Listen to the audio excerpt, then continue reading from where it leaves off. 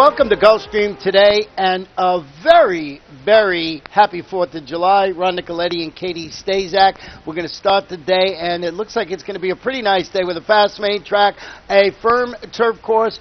Katie, we got the Rainbow Six. We got a 10-race card today. It starts in race number 5, about $10,000 in the pool this afternoon. That's races 5 through 10. Tomorrow, huge day here. It is Summit of Speed Day, and tomorrow we got guaranteed pools in the Rainbow Six of $100,000, the late Pick 4 $100,000, and the Pick 5 $50,000. And Katie, those are all stakes races. All stakes races, all stakes sequences, and pretty good stakes races. We have 9 stakes tomorrow, 4 of them graded, and that includes the Smile Sprint and the Princess Rooney. They're grade 2s, and the winners are going to get guaranteed berths in the Breeders' Cup. Yeah, I mean, these races are fantastic. A lot of times, I say, oh, you got to pump up the races tomorrow. You don't need to pump these up. No. They're so fantastic. It's going to be a great day of racing. And I've been complaining about the last race tomorrow that it's so hard to handicap, which makes it fun. So that is in store for tomorrow. But we got a lot of fun in store for you today at 4th of July. First, before we get started and delve into this car, let's see what's tweeting and trending around the country, Katie. It's a very exciting time right now for racing, and there's a great thing. Laurel Park were supposed to run yesterday. Their card was canceled, but they're going to be up and running today. They sent this tweet out yesterday. Obviously, first priority. Horses and the fans come first. They've got things all worked out. They're going to be off the turf today, but they are going to open their race meet today, and it's the first time they've run in July in quite a while. Yeah, and Laurel turf course, if you look at it, when I remember it, the turf course there is fantastic. It looks so great. I got to see a couple of pictures of it. What else is tweeting around the country today? Well, we got our big stakes day tomorrow that we mentioned. Here's one of the contenders, Flutterby. She had a 3-furlong blowout yesterday. There's Mike Welsh from the Daily Racing Forum. He knows his stuff, and he had some pretty rave reviews for Flutterby. And what a story Flutterby is. Her trainer, Jerry Bozzo, could become the oldest trainer to win a graded stakes race, and what a life he has lived.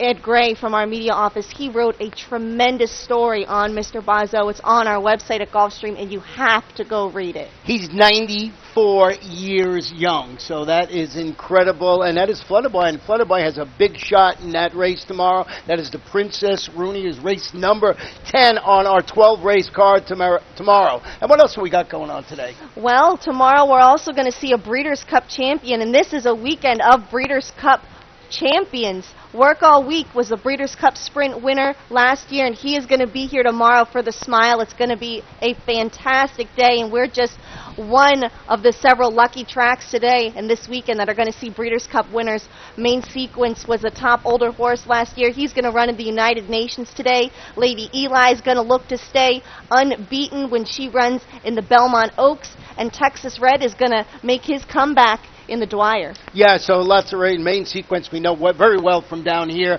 What a great horse that is. So what an exciting weekend of racing, and what an exciting 4th of July we have for you right here at Gulfstream Park. Now we'll get to our first race, and it is on the turf. The turf course is listed as firm, 1 mile and 1/16. Maiden claim is fillies and mares, 3-year-olds and upward, $20,000. The only change we have, blinkers on the number 3 horse in here, and Katie and I both went with the number 7, and that is Planar.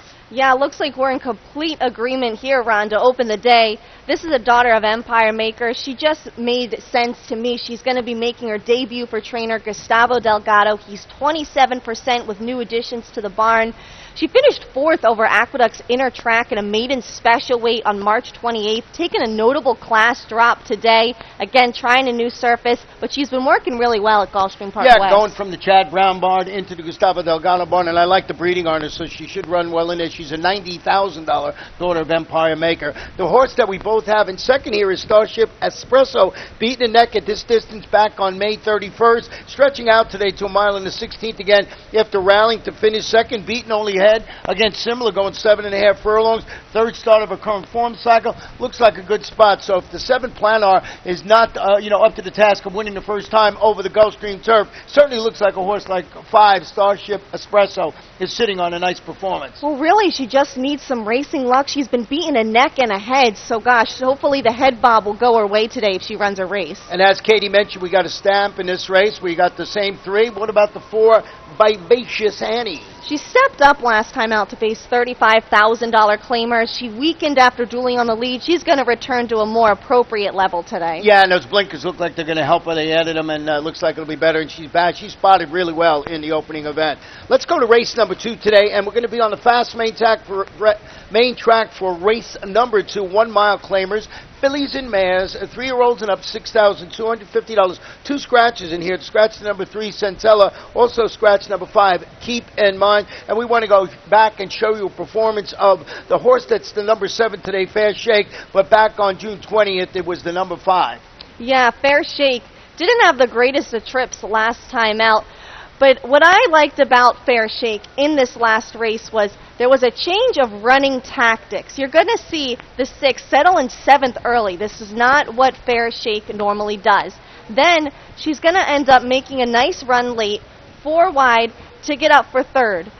Again, changing the race tactics, and I think that this change in race tactics means that she's going to be much better suited to stretching out to a mile today, because that was at 6 furlongs. So that was the angle that I took. Normally she's much closer to the pace, but I think stretching out today, if she runs and employs that same running style, she's going to be very well suited to the mile. Well, we'll see how that works out. The horse that I have in 2nd, Katie has in 3rd, is the number 1, Builder Jack, and this one moved to the Walter Woodward barn via the claim. Steps up today into open company after drawing away pretty impressively to defeat the 6,253 lifetime claimers at the distance. Won that race by almost 5 lengths, but that's a big jump up from conditioned claimers to open company. So I put it on the ticket. Katie has it in 2nd, and Katie and I have our 2nd and 3rd flip-flop. She put the 2 Secret Memory in 2nd. I did, and for the reason that you mentioned with Builder Jack trying an open company for the first time, that's why I had to put her in 3rd. Secret Memory, she made a steady bid to finish 3rd at this level and distance last time out, and 2 starts back, she was a handy winner at a mile, but again, that was against condition claimers. Well, mention Handy. George Handy, the trainer of number 2 Secret Memory, is 91 years old. So we have Jerry Bozzo and George Handy. And George Handy, you'd never know it in a million years that he was over 90 years old, and always rooting for him. Logical horse in this race. We see it just about the same in race number 2. We're going to go to the 3rd race this afternoon. This one is a 6 furlong sprint. Claimers, 3-year-olds and up. Non-winners of 2 races in life were 3-year-olds. $6,250 is the claiming level. We got a clean slate with no scratches or jockey changes in the race. I went with the number 6 in here, and I will. You have them on your ticket too. Number 6, Mighty Warrior. I'll start there. This one is dropping to the $6,250 level on the main track after following his $10,000 maiden victory on the dirt. He goes back. He stalks the pace and he weakens. He finished 6th, but that's against $12,500 claimers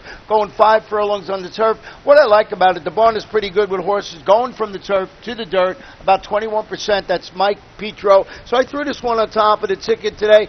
Now, we're basically in agreement with some of our horses in here. You did go with the number 4 on top of your ticket, who I did not use, and that's Mr. 954.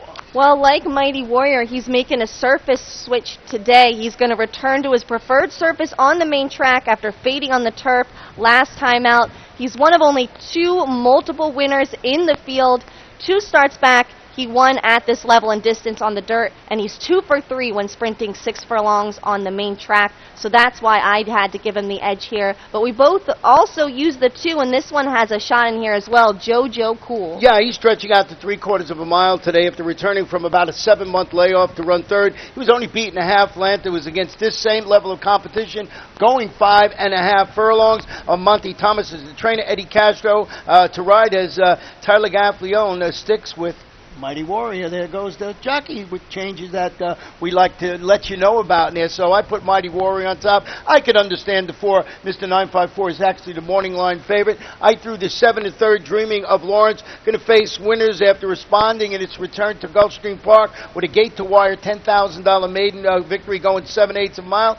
He looks like he's the speed of the speed in here. He's got red-hot jock Edgar Zayas. Has been winning races. Last week he won 5 in 1 day. So I just thought maybe this could be a little bit of a speed play. We were talking, Katie and I, before we came on the air. The racetrack has been favoring horses that are on or near the lead. Yeah, over the past couple of days, especially yesterday, it was hard for horses to come from off the pace and get by those front runners. They were excelling. We'll see how the track continues to play, and in these early races, want to keep an eye on that when you're putting together your Rainbow Six sequence. Who else did you use on here? Anybody that we didn't talk about? We covered everybody here. Okay, so we got the third race.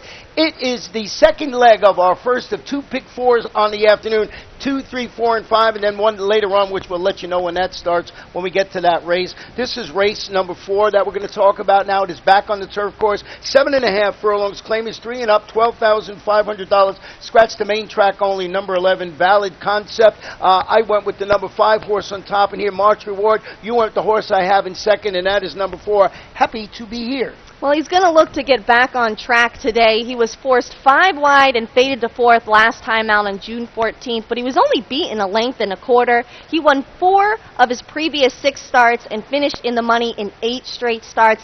Love his consistency. He's going to make his first start off the claim today for trainer Christos Gaddis, who's 18% in that category. Who did you give the nod to? I went with the number 5, March Reward, who have in third on your ticket. This one is dropping to this $12,500 level after setting what I thought a pressured pace and weakening at the 16 pole to get beat about 3 and almost 4 lengths against $25,000 optional claimers going a mile in the 16. 3-time local turf winner, should be strong at 7.5 furlongs. I like that turn back. I just think this horse is spotted perfectly today. One of the reasons I put on the ticket, and probably one of the reasons you did. Who else did you use on your ticket? I put the 3, Mr. Blues, in second. He's a 4-year-old son of Miz and Mass. Going to take a class drop after returning from a brief 6-week freshening. Finished 8th against $20,000 claimers on June 26th. But he defeated $16,000 condition claimers 2 starts back at the distance. I think he should be better today in the second start back from that freshening, especially with the class relief. Another horse you might want to look at in here is the number 9, Live in Joy. He was given some time off after finishing third in a pair against this caliber competition. That was during April and May. Efren Loza Jr., he's strong with the 31 to 60-day layoff. Tyler Gaffleone trying to get this 7-year-old to win for the first time on the Gulfstream turf. Has had 13 previous races and hasn't broke through. 2 seconds and 4/3.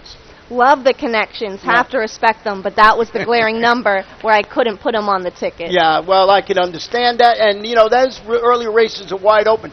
Now with the 5th race is where the Rainbow Six starts today. I mentioned 5 through 10, almost about $10,000 already in the pool, 20-cent wager. This one on the main track, 6 furlongs, allowance, optional claimer, fillies and mares, 3 and up, $16,000, 7 runners, no scratches, no jockey changes. Hard, I thought, not to have the number 3, Benny First Baby, on top. You have to have her on the ticket somewhere, absolutely, but I had to put her on top, and see that you agree here. That's because she's seeking her 4th straight victory today, scored by 2 3/4 lengths at this level against State Breds last time out.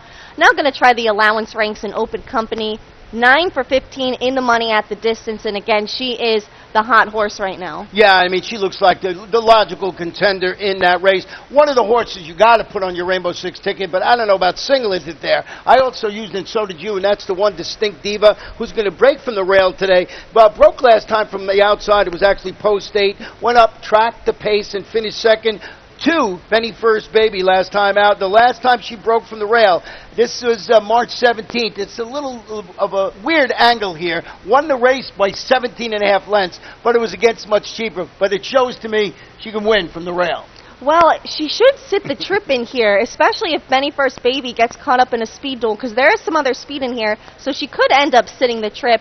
Another that you must have somewhere on the ticket, she's hit the board in 10 of her last 11 races. Yeah, and you went with the number 4 horse in here, Miss Dollar, in third. I think she was definitely overmatched last time, this one from the Jose Garofalo barn. Finished 6th in a $62,000 optional claimer against stakes caliber horses that day. But 2 starts back, she finished 2nd at this level and is a 7-time winner at the distance. We're going to give you a little homework here for races later on with the number 7, Duchess of Wicklow. She's turning back to 3/4 of a mile. She made a 3-wide bid to finish 4th behind a repeat winner who really knows how to win, and that's Yes, Ms. Olga. And Yes, Ms. Olga running a little later on in the card. It was a $10,000 claimer, going 6.5 furlongs. So watch how this horse runs today, and you might want to move Ms. Olga up a notch when you start putting your pick 5 or your late pick 4 ticket together. So that's how we see race number 5. And as we mentioned, kicks off the Rainbow 6 this afternoon. The race 6 kicks off the pick 5.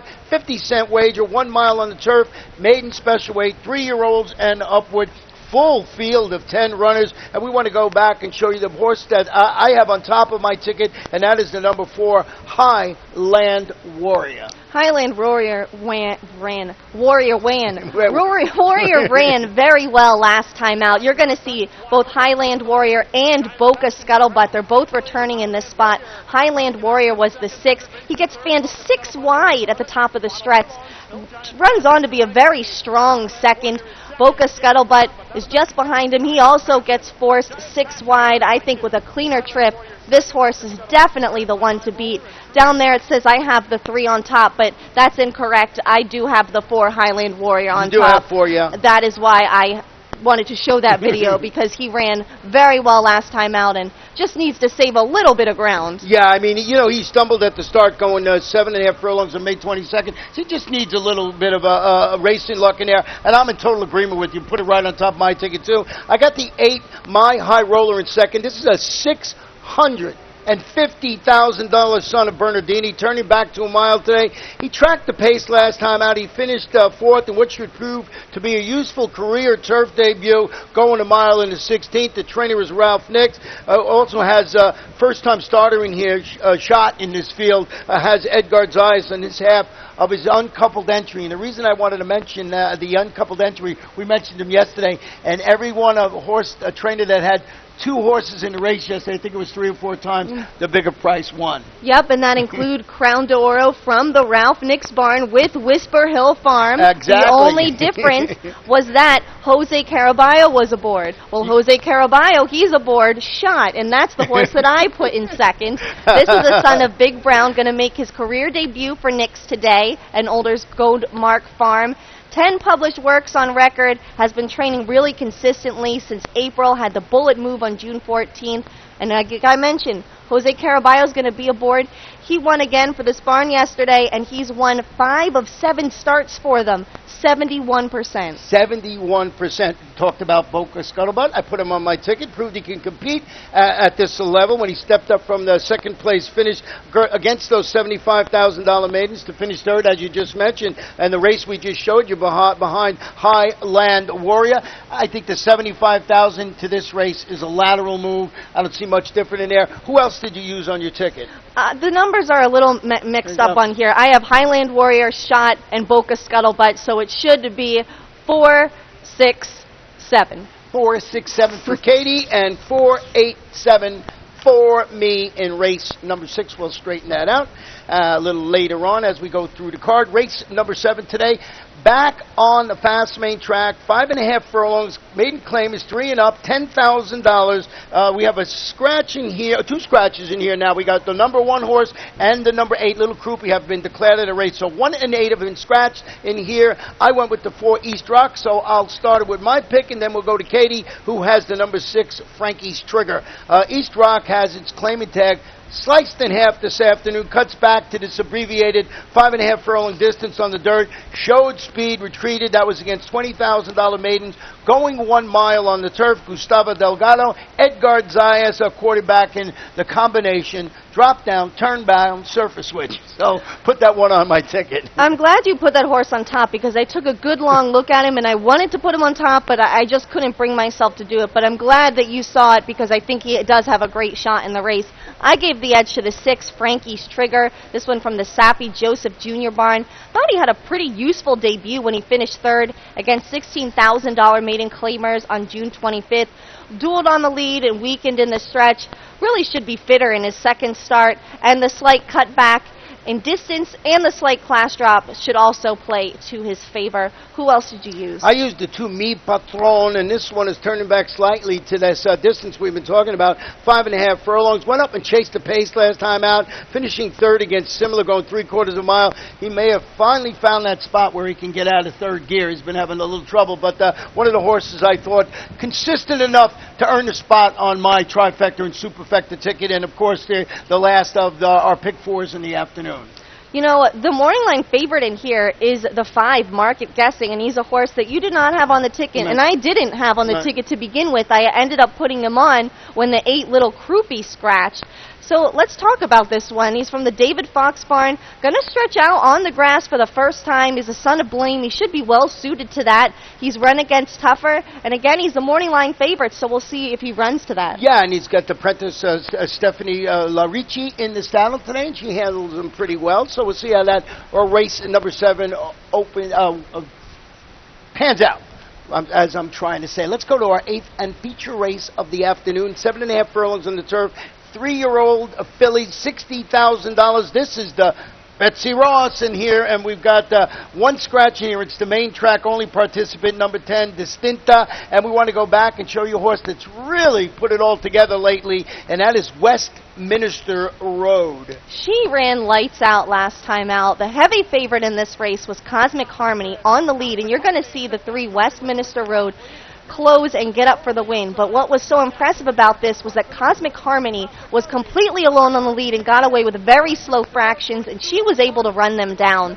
I thought that was very impressive. It was her stakes debut, and it came off a win in a maiden claimers. Took her 10 races to break her maiden, but she seems to have figured things out. Yeah, you know, and you see that a lot with horses. When they finally figure it out, they reel off 3, 4, 5 nice races in a row, and certainly with number 6, Westminster Road, is doing right now. Number 8, Susie B., who we both have in second, who showed proved speed when stalking the pace and finishing third behind aforementioned Westminster Road. That was in that race we just showed to Miss Patty, who will try to turn the tables on her at this 7.5 furlong distance. Mike Maker, Jesus Rios at top. This is a daughter of English Channels. Always like English Channels on the grass. If she can relax, she has a huge chance in here. She's just had a tendency to be a bit rank and pull early in her races. She can relax. Jesus Rios is going to ride her for the first time today. They're a good match. He gets her to settle. I think she'll make a big run at the end. A horse I have some interest in is the 2, and that's Katie's Kiss, stretching out around 2 turns for the first time